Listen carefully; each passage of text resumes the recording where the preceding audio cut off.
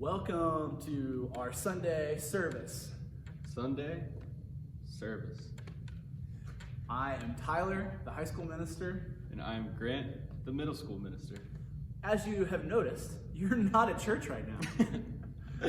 Maybe you didn't notice that, I don't know. We decided to kind of go online this week for your safety, for precautionary reasons. But we're here and we're ready to teach a nice, good old lesson. Good old lesson. Good old lesson. And so the middle schoolers, we've been going through the series of Mark, the book of Mark. And so what we wanted to do this week was kind of like take a break from that, because I know some of you guys might be, just transitioning and heard that you're going to be doing hybrid schools. Maybe some of you even went to completely online. And so it's just like a different season right now. And then we're not having service here. You're not getting to see your friends.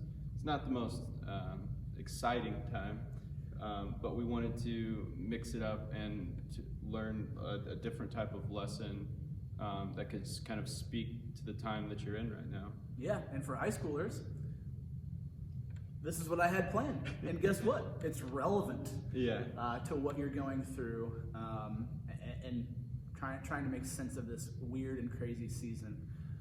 So as we kind of get into this, as I grew up, and maybe it was different for you, when I grew up, they told me you can be anything you want to be. Did they tell you that? Oh, for sure. Yeah, and it's like you can do anything, and so I was going to be a pro triathlete. I was going to play professional football, baseball, and basketball. You still could do. I'm just kidding. So that's what I was told, and so I had dreams of being an astronaut, an actor, or just some different things along those lines. But the thing is, we think about all those things, right? All those different possibilities, and when we were a kid, all of those things are professions, like the things that you want to be, right? You can be anything you want to be. They're professions. They're not who you are. Mm-hmm. So that kind of, to me, kind of brought myself to an identity crisis of okay, what I do is who I am, right? I don't know. I had to work through that at some point. Maybe you did too.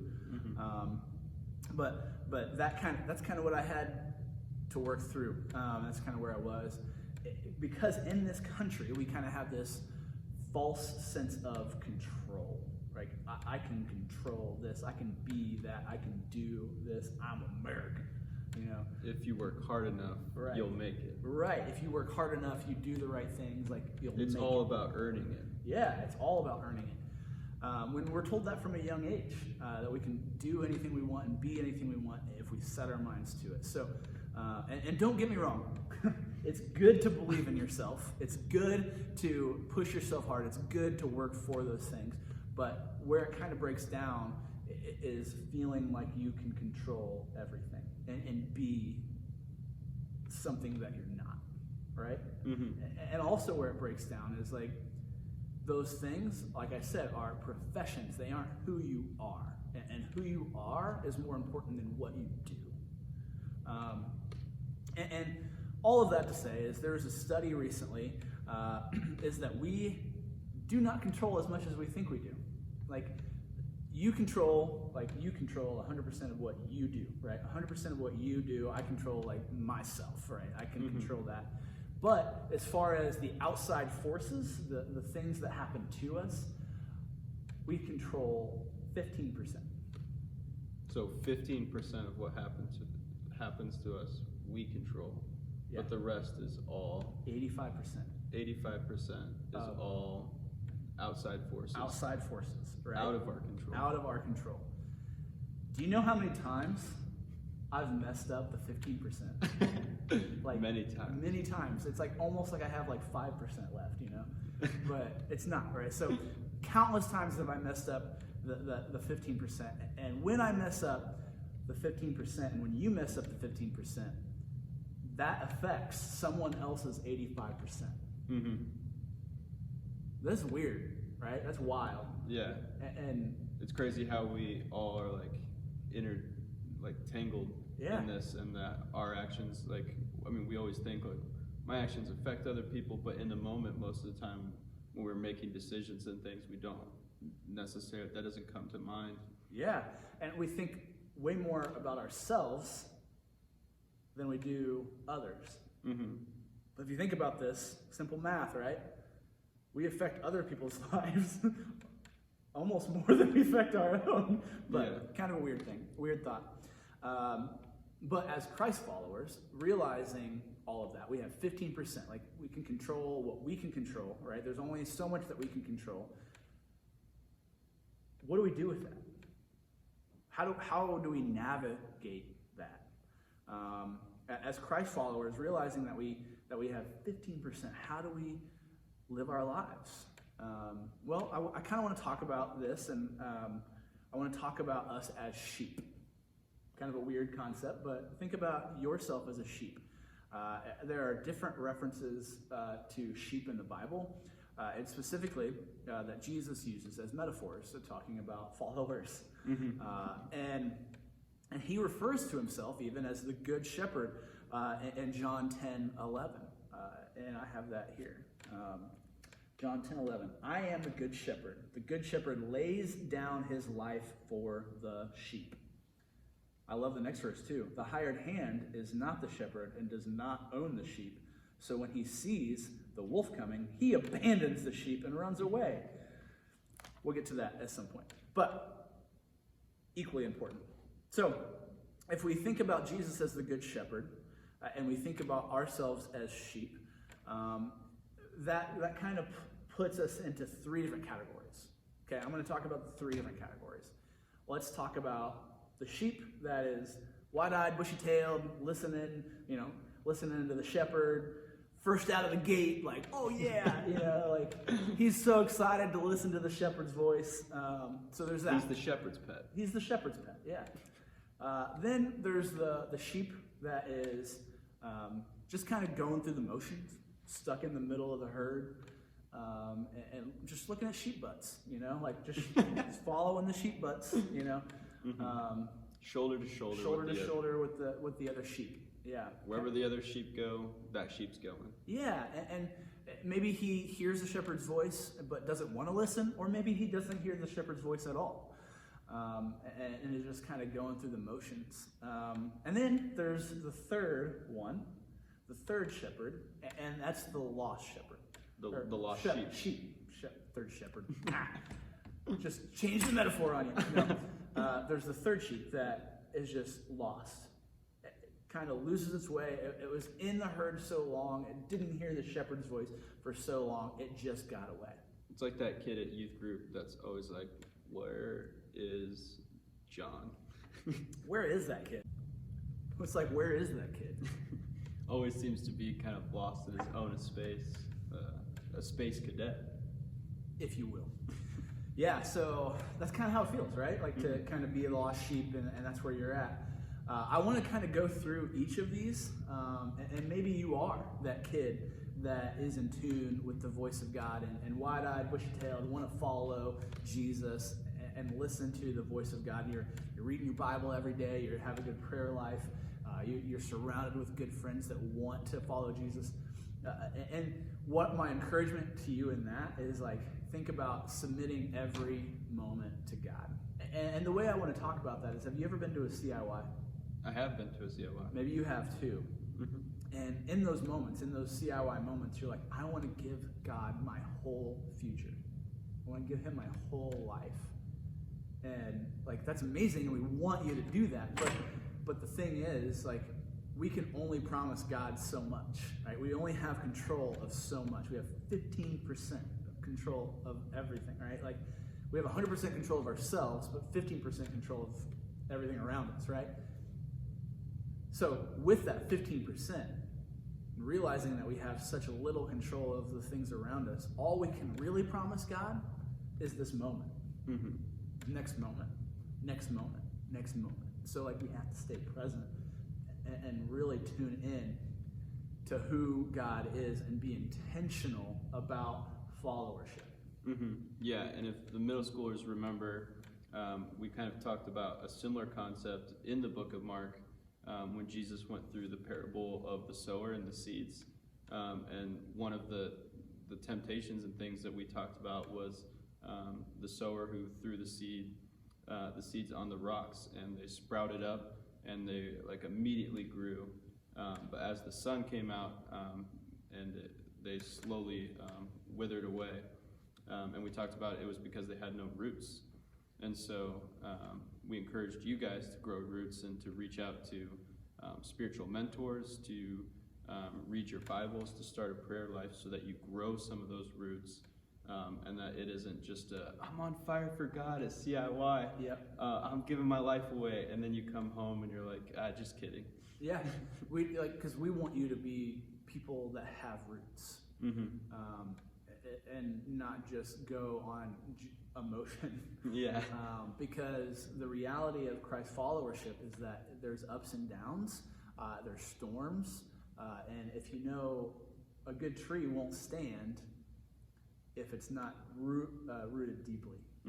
If there's a big storm and it's rooted deeply, a tree will stand. But if it's not rooted, it will be blown down with the storm.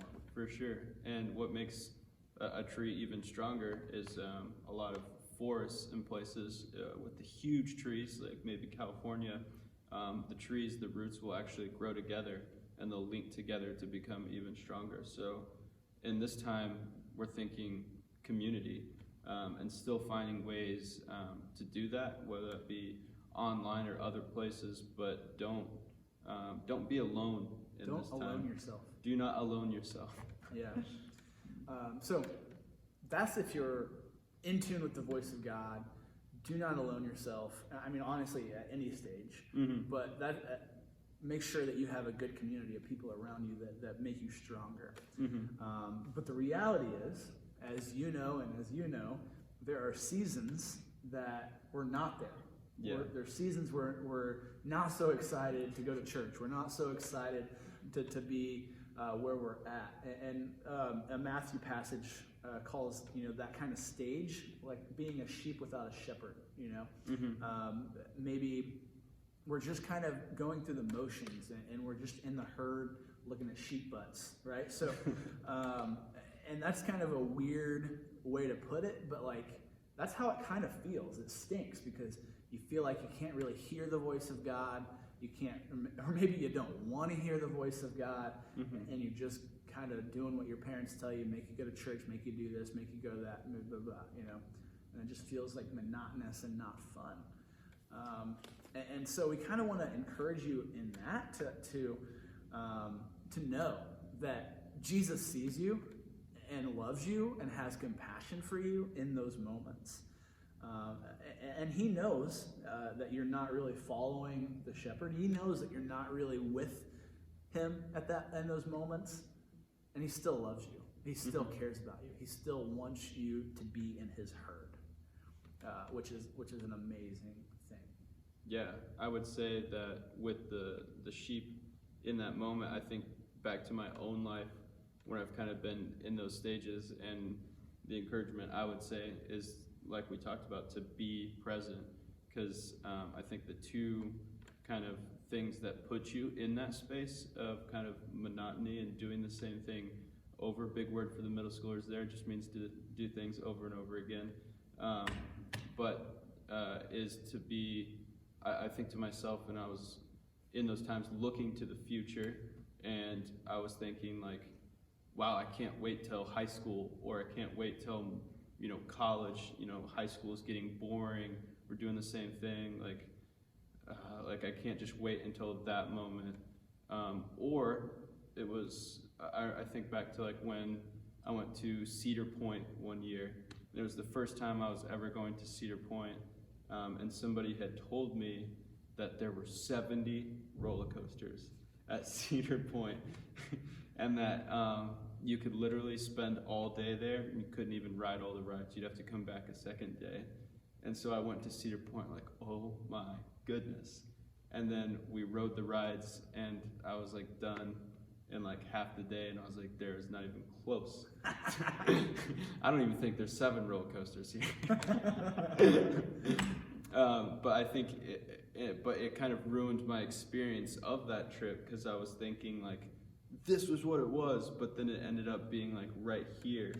But I totally, when I went back a second time, it was so much better and enjoyable because I didn't come in with these expectations of something that I had dreamed up in my head.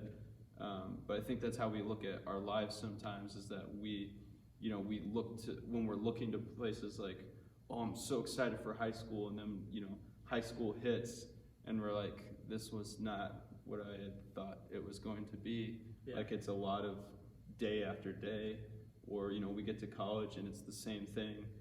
It's not what it's hyped up to be. Yeah. But I think finding grace in those moments and looking like there is amazing things in those moments, but when you're stuck dreaming in your head, it becomes hard to see those things. Yeah, and I think another thing that, along those same lines, is that we think about what other people have, too, and that ruins it too. Like, oh, if I only had the Series X, or if I only had this, if I only had that friend, if I only was dating that person, yeah, we kind of put it in our own head, these things, and it makes us unhappy. But the reality is, where we're at, we're pretty blessed. Yeah. So, yeah, that's 100%. And so then the last sheep that we kind of looked at and we talked about is the one that was stray, the one that kind of went on and did its own thing. And I want to read a story because Jesus is moved with compassion. If that's where you're at, Jesus is moved with compassion for you. Maybe you're stuck in that sin. Maybe you're stuck in that sin cycle. Maybe you're just aloning yourself a lot, and you're the one person isolated, all alone. And I want to just, hopefully you hear this in a fresh way. The parable of the sheep, the lost sheep, and it's in Luke 15. Now the tax collectors and sinners, that's me, were all gathered around to hear Jesus. But the Pharisees and the teachers of the law muttered, "This man welcomes sinners and eats with them." That's how they sounded. That's how they sounded.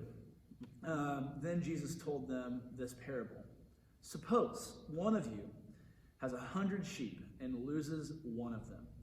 Doesn't he leave the 99 in the open country and go after the lost sheep until he finds it?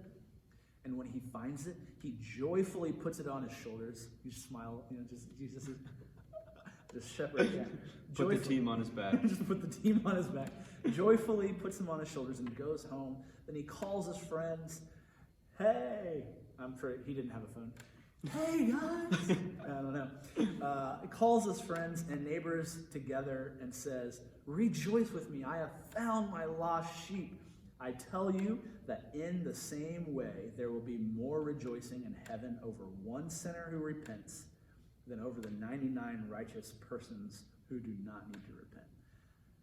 And maybe you're in that season where you are the one. You are stuck in sin.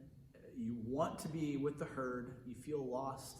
You feel alone. You feel so isolated and not loved and not cared for. But the reality is, Jesus loves you, and he would leave the 99 that are there safe for you. He is moved with compassion for you. So I hope that is really encouraging. And I kind of want to put it in this little phrase here. So I turn to God. That's the first stage, right? Maybe you're the sheep that turns to God. Maybe you're the second sheep. God sees when I don't hear him and ignore him, and he still loves me. Or maybe you're the third sheep, and God moves with compassion toward me. So those are the three kind of things that we're going to talk about. I invited my grandpa friend over for the next segment, and yeah, we'll talk through things. We back. This is my friend Josh. Maybe you've seen him around, talked to him. Had the sunlight glinting off my head. Yeah, it's like, oh, what a glare. Anyways, we wanted to invite him to this space and just have a conversation. We're talking a lot about sheep and weird stuff. So like we want to like put some real flesh and bones on this content, right? Okay, side story. Tyler didn't know I was gonna bop in here, but my middle name is Dolph, like Rudolph without the Rue, Randolph without the Rand, Dolphin without the N, Dolph Lundgren without the Lundgren. Anyway, point of the story is that name came from my grandfather, Jack Dolph, who was a sheep farmer. How about them Bell apples? Fountain, Ohio. How do I know that? Why is it on the tip of my dome right now? Because I was just at Thanksgiving, like many of you, but not with you, unless Anson's watching this. So like many of you, I was at Thanksgiving at my parents' house, and my dad has this salve, S-A-L-V-E, this gross can of like oil stuff that looks like it's legit 50 to 90 years old. Probably is. It is. It is. It's from my grandpa Dolph, and he used to put this salve on sheep to help tend them whenever they got wounded. So I thought that was an apropos interesting story. Yeah, it's very relevant to what we're talking about too. It really is. So yeah, He didn't know I was going to do no, that. not at all. So we're gonna go with it, and that's awesome.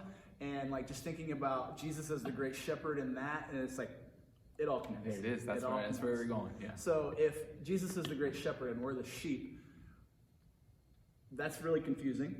So we really wanted to unpack that together. I wanted to ask you some certain questions, and we talked about the different layers of being in the herd, right? Maybe you're the you're the first sheep out of the gate. Like you're wide-eyed, bushy-tailed, and you're following Jesus's commands. I love that. Maybe you're just kind of in the herd, going through the motions. Maybe you're not really hearing what the shepherd says, or don't really care right now. Not really trying. Right, nothing wrong. Yeah. Just in the flow. Right, yeah. Of the herd. Yeah, you're looking at the butt of the next sheep. No? It's just a sheep thing. It's just a sheep thing. Sheep butt. Yeah. You just keep going through the herd. And then there's the third layer of this where maybe you have been in that stage for so long that you find yourself not looking at a sheep butt. You find yourself alone. Yeah. And you feel isolated, secluded. Yeah. And so we're going to kind of unpack these different levels together. And the first one, you're wide-eyed, bushy-tailed, first sheep out of the gate, and you're really in tune with the voice of the shepherd.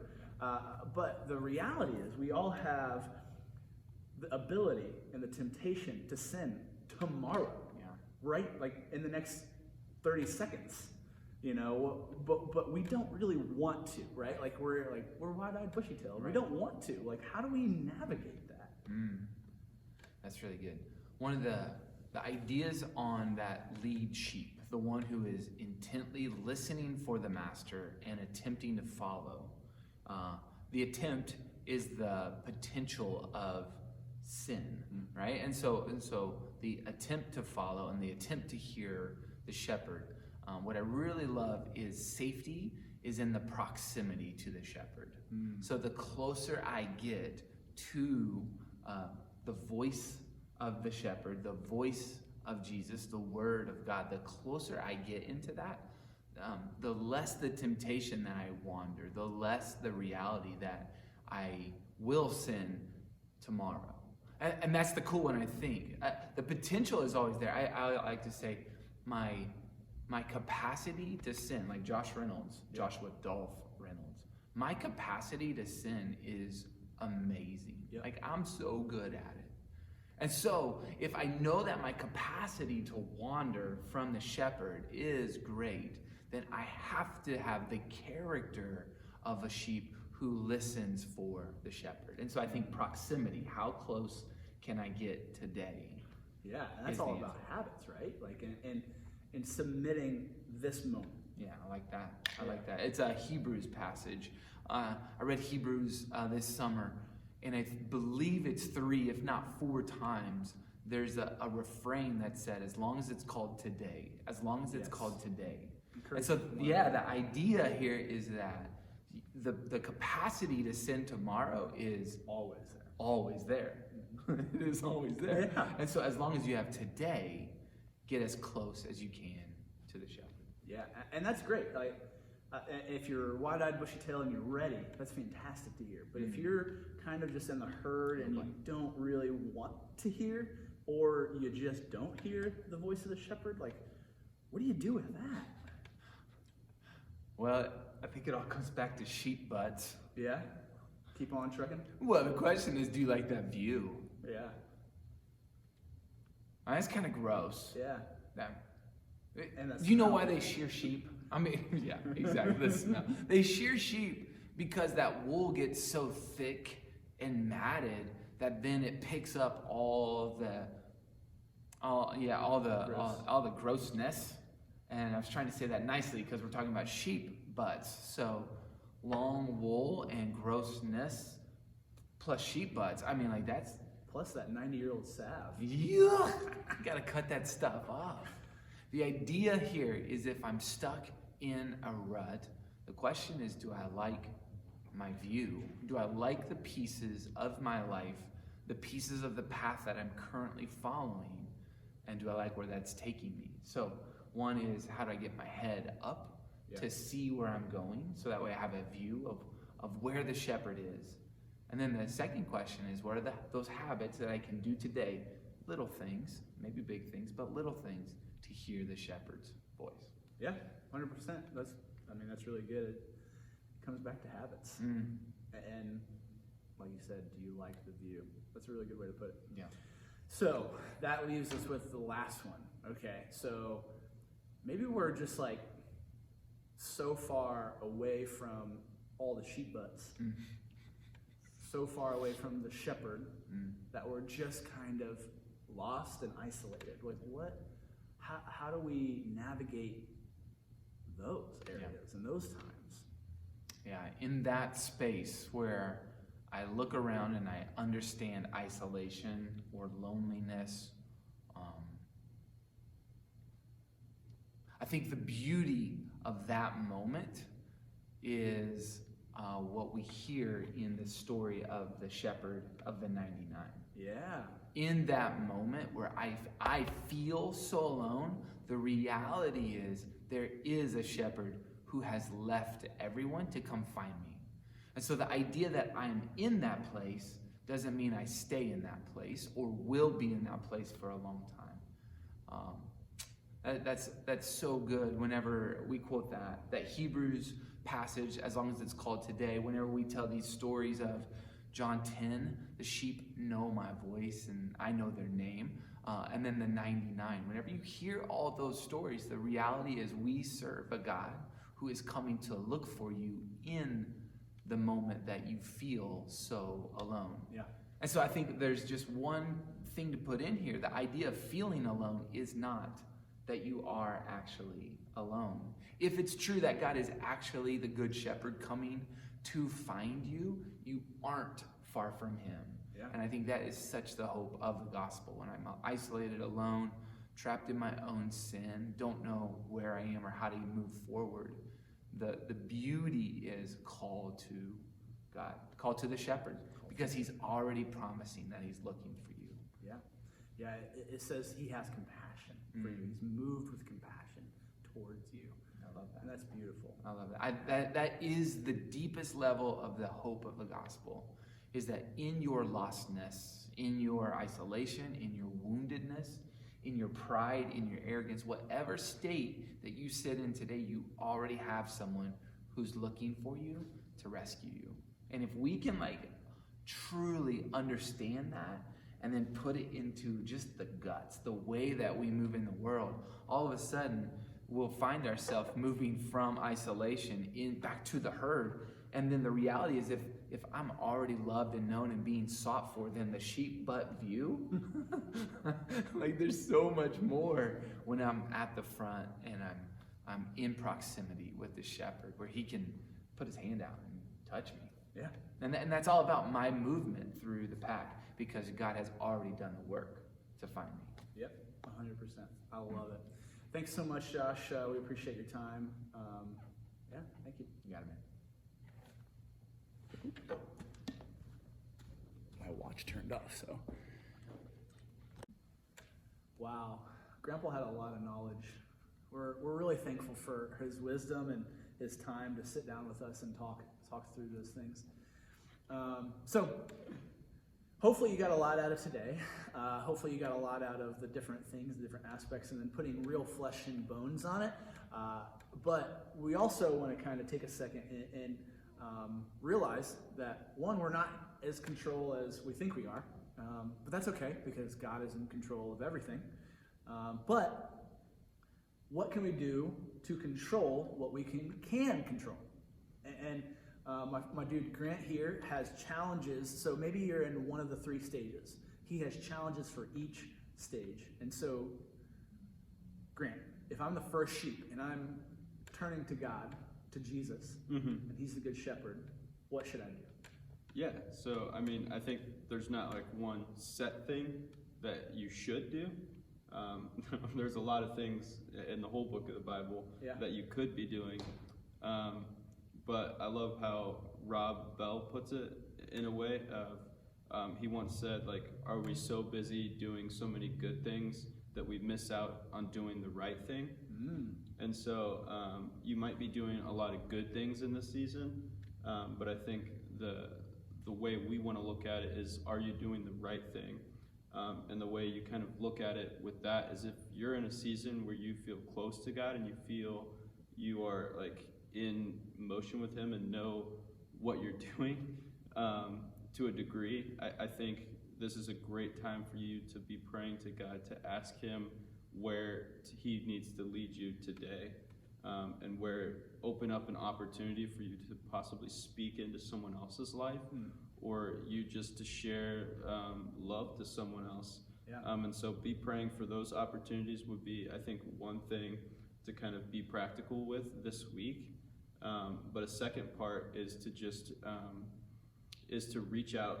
A more practical step, I think, is to definitely reach out to your friends in this time, because I think this has been a hard time for so many people, and not to keep like smashing down that door that this is the worst and all this stuff, but like friends could really use just a simple text like, hey man, hope you're doing well, do you need anything?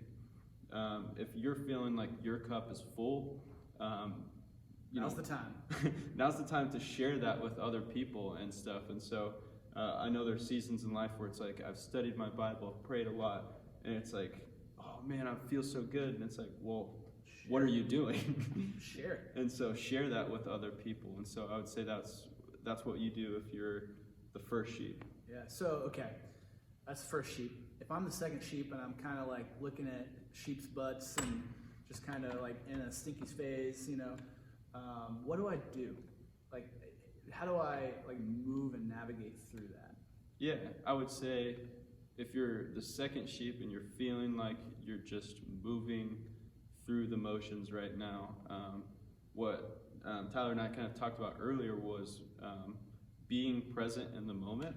And so I think the prayer thing for you is to be praying to God that he keeps you present in the moment, and he helps you, helps your thinking in that way. You might not think like, oh, God can help the way I think, like it's just the way I think, but God can help you with your thoughts, and you can be intentional about saying, like, God, help me be in the moment. Help me look and appreciate of where I am right now. Yeah. And be in there. And so then I think the practical step for you is to reach out to friends or reach out to a mentor and say like, hey, this is where I'm at right now. This is what I'm feeling. Help me be accountable. Check in with me and ask if I've been present. Yeah. If you're on the struggle bus, it's okay to admit it. Yeah. Be honest about where you are right now. Yeah. Honestly, at any stage, that's where you got to be with the right people. Be completely 100% honest about where you're at. So maybe you're the last sheep and you feel lost, alone, isolated, scared. What is maybe an action step for that? Yeah, I think if you're feeling like in the stage, it's probably like safe to say that you feel maybe like far from God, or that like he's not even there, because the sheep is lost. The shepherd's not around in vicinity, and so I would ask that you pray in this time that you find God, or that He finds you with the story, that God is, and know that God is passionately, coming to find you. He wants to be there for you. And so if this is a season where you feel lost, I ask that, you reach out and you pray and ask God, like, have compassion for me. Please find me and help me find myself and who I truly am and who you created me to be. And then I think the action step for that is, talk to a youth leader, talk to Tyler and I about your struggle and where you're at right now and why you feel lost. Because, those seasons are not a fun season to be in. Like you said, you can be scared. It's probably a season of isolation. Which we're all in right now. Yeah, and so, part of that is, talking with people, being vulnerable. But yeah, also like we've been talking about the whole time, like, don't find yourself alone. Yeah, 100%. And I think no matter what stage you're at, trust that Jesus is who He says He is, and He would leave the 99 for you. Mm-hmm. Jesus would leave the 99 for you. Trust that. Believe in that. Tell yourself that over and over. Mm-hmm. Jesus would leave the 99 for me. Yeah. This concludes our broadcast day. So thanks so much for tuning in. Hopefully you got a lot out of this. We hope you're doing well, and we'll be praying for you this week as you go out into your days. And we hope that you guys find people to love, hold each other accountable, and are found by God. Yeah, 100%. See you guys next week, hopefully.